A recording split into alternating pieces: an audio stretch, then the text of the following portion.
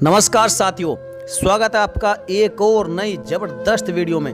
साथियों, आज की इस कहानी के बारे में हम सबको जान लेना बहुत ही महत्वपूर्ण है, इसलिए आपसे विनम्र निवेदन है कि वीडियो को बीच में छोड़कर बिल्कुल भी ना जाएं, क्योंकि आज की इस वीडियो से आपको बहुत ही ज़बरदस्त जानकारी मिलने वाली है।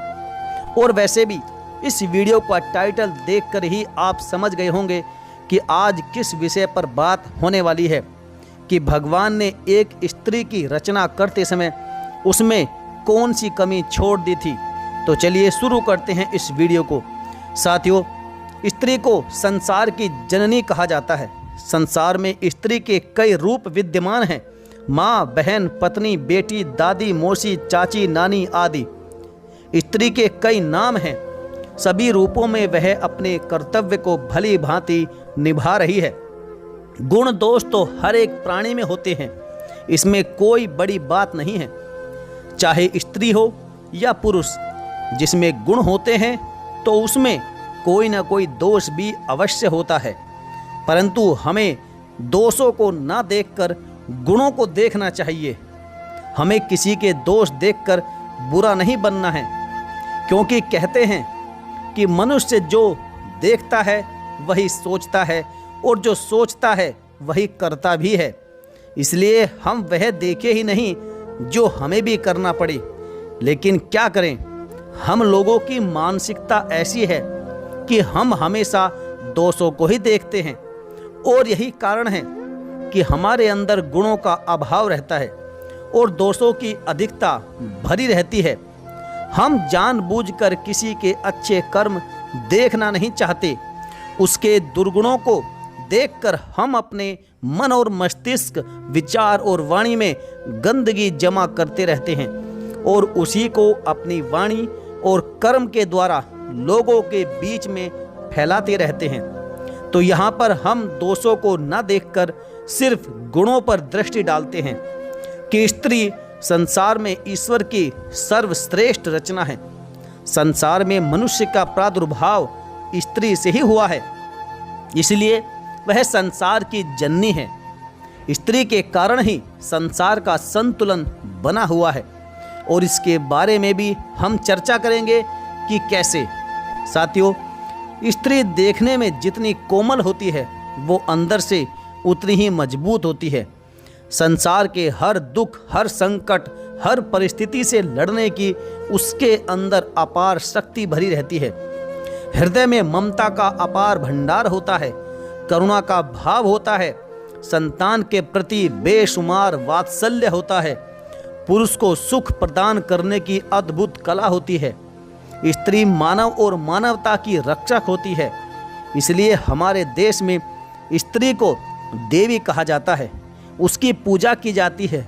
कहते हैं कि जिस घर में स्त्री की पूजा होती है वहाँ देवता हर समय निवास करते हैं। जहाँ स्त्री का अपमान होता है, उसे दबाया जाता है, कुचला जाता है, सताया जाता है, वहाँ महाभयंकर दुख भी बाहें फैलाए खड़े रहते हैं। वहाँ दरिद्रता, गरीबी घात लगाए बैठी रहती है, और घर में लक्ष्मी का आगमन स्त्री पूजा से ही होता है। इसलिए आपसे निवेदन है कि स्त्री को कभी भी छोटा न समझे, कभी तुच्छ न समझे। स्त्री ही पुरुष की शोभा है। स्त्री से ही घर बना है। ईंट, लकड़ी, पत्थर से बनने वाला घर तब तक घर नहीं बनता जब तक कि उसमें स्त्री का निवास न हो। स्त्री को गृहिणी इसलिए कहा जाता है कि उसके आने पर ही घर घर बनता है। बिना स्त्री के घर की कोई शोभा कतई नहीं होती। भगवान ने स्त्री को बहुत ही सोच समझ कर बनाया है। स्त्री को बनाने में परमात्मा ने काफ़ी समय लिया था, ताकि उसमें किसी भी तरह के गुणों का अभाव न रह जाए। बताया जाता है कि जब भगवान ने सृष्टि की रचना की थी, तो उन्हें इसकी रचना करने में मात्र एक क्षण का भी समय नहीं लगा था। लेकिन जब भगवान ने स्त्री की रचना की, तो इसमें उन्हें काफ़ी समय लग गया था। स्त्री की रचना करते करते जब भगवान को कई दिन बीत गए, परंतु वह पूरी तरह से बनकर तैयार नहीं हो पाई, तो यह देखकर भगवान का एक सेवक भगवान से यह बात पूछने के लिए विवश हो गया कि सारी सृष्टि का एक पल में निर्माण करने वाले प्रभु इस रचना को रचने में इतना समय क्यों लगा रहे हैं।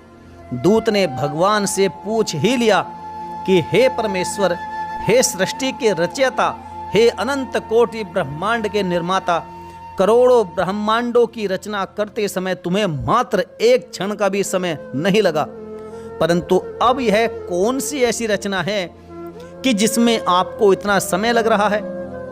तब अपने सेवक के प्रश्न का उत्तर देते हुए भगवान कहते हैं कि हे पार्षद, यह मेरी सर्वश्रेष्ठ रचना है। इसे दुनिया में स्त्री के नाम से संबोधित किया जाएगा। इसके अंदर मैं अपार गुणों को प्रतिष्ठित कर रहा हूँ ताकि हर काम के लिए मुझे पृथ्वी पर ना जाना पड़े। मेरी इस रचना के कई रूप और कई नाम होंगे। मुख्य रूप से यह 4 रूपों में दिखाई देगी: माँ, बहन, पत्नी और बेटी। इसके ऊपर मैं सृष्टि की बहुत बड़ी जिम्मेदारी सौंप रहा हूँ, इसलिए मैंने इसे हर परिस्थितियों से लड़ने के योग्य बनाया है। इसमें साहस और सहनशीलता का अद्भुत समावेश है। कठिन से कठिन परिस्थिति में ये अपने आप को संभाले रखेगी। हर तरह की मुश्किलों से लड़कर, अनेकों प्रकार के दुखों को सहन करके यह सबको खुश रखने का प्रयास करेगी। अपने परिवार, अपने बच्चों के प्रति समर्पित होगी। कोई समय ऐसा भी आएगा जब यह टूटकर बिखर जाएगी, लेकिन फिर से अपने आप को संभाल कर यह एक नए जीवन का संचार करेगी। यही इसमें सबसे बड़ा विशेष गुण कहलाएगा कि यह स्वयं दुख सहकर, रोग सोच से ग्रसित होने पर भी उसे सहन करते हुए अपनी सारी जिम्मेदारियां और अपने कर्तव्यों को निभाती रहेगी। साथियों, खुद भगवान के मुख से स्त्री की सहनशीलता और कर्तव्य परायणता को सुनकर वह सेवक हैरान रह गया कि आखिर इसकी आकृति तो पुरुष की तरह है। 2 हाथ, 2 पैर, आंख, नाक, कान, मुख सब पुरुष के समान है। फिर ये अपने दोनों हाथों से इतना सब कुछ कैसे कर पाएगी। भगवान बोले, हे पार्षद, यह पुरुष के जैसे दिखती है, फिर भी इसके अंदर यह सब करने की क्षमता होगी, इसलिए इसे मेरी अद्भुत रचना कहा जाएगा। भगवान की बात को सुनकर पार्षद दंग रह गया और उसे छूकर देखा कि आखिर देखे तो सही कि यह कितनी कठोर है, जो हर विपत्ति को सह सकती है। जब उसने उसे छूकर देखा तो वह तो बहुत कोमल थी। वह एकदम से हंस पड़ा। भगवान ने पूछा, पार्षद क्यों हंस रहे हो? तब वह पार्षद बोला कि प्रभु, आप कह रहे हो कि यह हर परिस्थिति से लड़ सकती है। मैं यह सोचकर हंस रहा हूं कि ये आपने बनाई तो बहुत नाजुक है, हर परिस्थिति से यह कैसे लड़ पाएगी। मैं सोच रहा था कि यह पुरुष की अपेक्षा बहुत कठोर होगी, लेकिन इसे तो आपने फूलों की तरह कोमल बना दिया है। तब भगवान बोले कि वत्स, मेरी इस रचना की यही तो विशेषता है कि ये बाहर से जितनी कोमल है, अंदर से उतनी ही मजबूत होगी। इसके साहस, धैर्य और सहनशीलता को आप लोग देखोगे। यह बात सुनकर पार्षद के मन में उस रचना के बारे में और अधिक जानने की जिज्ञासा बढ़ गई। वह पूछने लगा कि हे प्रभु, क्या यह पुरुषों की तरह सोच भी सकेगी, या फिर इसमें यही गुण विशेष होंगे? तब भगवान बोले कि वत्स, इसमें सोचने की क्षमता भी अद्भुत होगी और समाधान करने की सामर्थ्य भी। पार्षद ने देखा कि उस स्त्री रूपी रचना के गालों पर पानी की झलक थी। उसने उसके गालों पर हाथ लगाया तो सचमुच उसके गालों पर पानी की मात्रा थी। पार्षद ने पूछा कि प्रभु, इसके गालों पर पानी क्यों बह रहा है? तब भगवान बोले कि वत्स, ये पानी इसकी आंखों से निकलने वाले आंसुओं का पानी है। यह पानी तभी निकलेगा जब यह अंदर से अपने आप को दुखी महसूस करेगी, जब इसके अंदर किसी तरह की वेदना होगी, चाहे वह शारीरिक हो या मानसिक। उस समय यह अपने दुख को इन आंसुओं के द्वारा निकालकर बाहर कर देगी। इसके मन की सारी पीड़ा, सारी व्यथा आंसुओं का रूप लेकर बाहर निकल जाएगी और यह फिर से अपने आप को उतना ही मजबूत बना देगी। अपने दुखों को भुलाने का इसके पास यह सबसे अच्छा माध्यम होगा और इसकी यही सामर्थ्य भी होगी। यह अपने आंसुओं से अच्छे अच्छे को झुका भी सकती है। इन आंसुओं को वह अपना अस्त्र भी बना सकती है। साथियों, भगवान की बात सुनकर सेवक बोला कि प्रभु, वास्तव में आप महान हो। आपने स्त्री रूपी रत्न की अद्भुत रचना करके संसार को सजा दिया है। संसार में एक अनमोल रत्न भेजा है। सच बात है साथियों, स्त्री का त्याग, बलिदान, साहस और सहनशीलता वास्तव में अद्भुत और अकल्पनीय होती है। त्याग इतना बड़ा कि जो कोई नहीं कर सकता। किस प्रकार वह अपने माता पिता, भाई बहन, सगे संबंधी, परिवारजनों से अलग होकर विवाह करके किसी दूसरे पुरुष के साथ पराये घर में जीवन भर रहने का प्रण करती है। जरा सोच कर देखिए कि यदि तुम अपने माँ बाप और भाई बहन, घर परिवार से कुछ दिन के लिए अलग हो जाते हो तो तुम्हें कैसा लगता है। वो तो अपने उन परिवारजनों से हमेशा हमेशा के लिए अलग होकर जीवन भर तुम्हारे साथ रहने के लिए आती है। जिनके साथ वह खेली कूदी, पली बढ़ी, उनके साथ अनेक प्रकार की भावनाएं जुड़ी हुई थी, उन सबको उसने कैसे छोड़ा होगा। और फिर किस तरह एक अनजान स्थान पर जाकर, जहां उसका कोई परिचित भी नहीं होता, वहां वह रहकर जीवन की तलाश करती है। एक नए सिरे से खुशियों को एकत्रित करती है, उनमें ढलने का प्रयास करती है, उनमें अपना सुख दुख बांटती है। खुद चाहे खुश रहे या ना रहे, लेकिन अपने नए पारिवारिक जनों को खुश रखने का पूरा प्रयास करती है। कई बार परिवार के लोग अलग तरह की सोच वाले मिल जाते हैं। उस समय उसका जीवन बड़ा ही कष्ट भरा होता है। उनके साथ रहने का प्रयास करती है। कई बार उनके बुरे आचरण के कारण जीवन का भी बलिदान करना पड़ जाता है। धन्य है नारी शक्ति तू, जो तुझमें विधाता ने इतना सब सहन करने की सामर्थ्य दी है। हर महीने मासिक धर्म की पीड़ा को सहन करना, बच्चा जब गर्भ में आता है तब अनेक प्रकार की पीड़ा को सहन करते हुए प्रसव काल की उस भयंकर पीड़ा से गुजरना पड़ता है, जो साक्षात मृत्यु का दूसरा रूप होती है। उसके बाद बच्चे का जन्म सकुशल हो जाए तो उसके लालन पालन में अनेक कष्टों को सहना पड़ता है और उसके लिए अपने सुखों का बलिदान करना पड़ता है।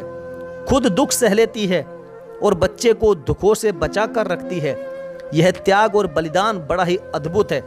सच में नारी ईश्वर की सर्वश्रेष्ठ रचना है। साथियों, उधर भगवान का वह पार्षद बोला कि हे प्रभु, आपने इतना समय लगाकर स्त्री की रचना की है, तब तो ये जरूर आपकी संपूर्ण रचना होगी। तब भगवान बोले कि नहीं, अभी इसमें एक कमी बाकी है। यह सबके लिए सुख का कारण बनेगी, सबको खुश रखने का प्रयास करेगी, अपने परिवार की हिम्मत बनेगी, लेकिन ये खुद का महत्व भूल जाएगी। वह अपनी कीमत ही नहीं समझ पाएगी कि मैं दुनिया के लिए कितनी मूल्यवान हूँ। यह दिए की तरह अपना जीवन बिताएगी। जैसे दिए के नीचे अंधेरा रहता है और चारों दिशाओं को रोशन करता है, ऐसे ही स्त्री का जीवन है, जो अपने लिए तो कम और दूसरों के लिए अधिक जीती है। दूसरों के सुखों के लिए खुद कष्ट सह लेती है।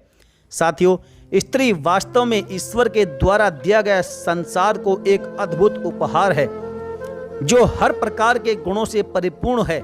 इसलिए हमें कभी स्त्री का अपमान नहीं करना चाहिए, कभी उसे कष्ट नहीं पहुंचाना चाहिए। स्त्री का हमेशा सम्मान करना चाहिए, चाहे वो किसी भी रूप में हो। साथियों, आज की ये वीडियो आपको पसंद आई हो तो वीडियो के नीचे कमेंट बॉक्स में अपनी राय लिखना बिल्कुल ना भूलें। और हाँ, वीडियो को लाइक करके चैनल को जरूर सब्सक्राइब करें और साथ ही साथ बेल आइकन को प्रेस करना बिल्कुल ना भूलें। तो चलिए साथियों, मिलेंगे फिर और किसी अन्य वीडियो के साथ। तब तक के लिए धन्यवाद। जय हिंद।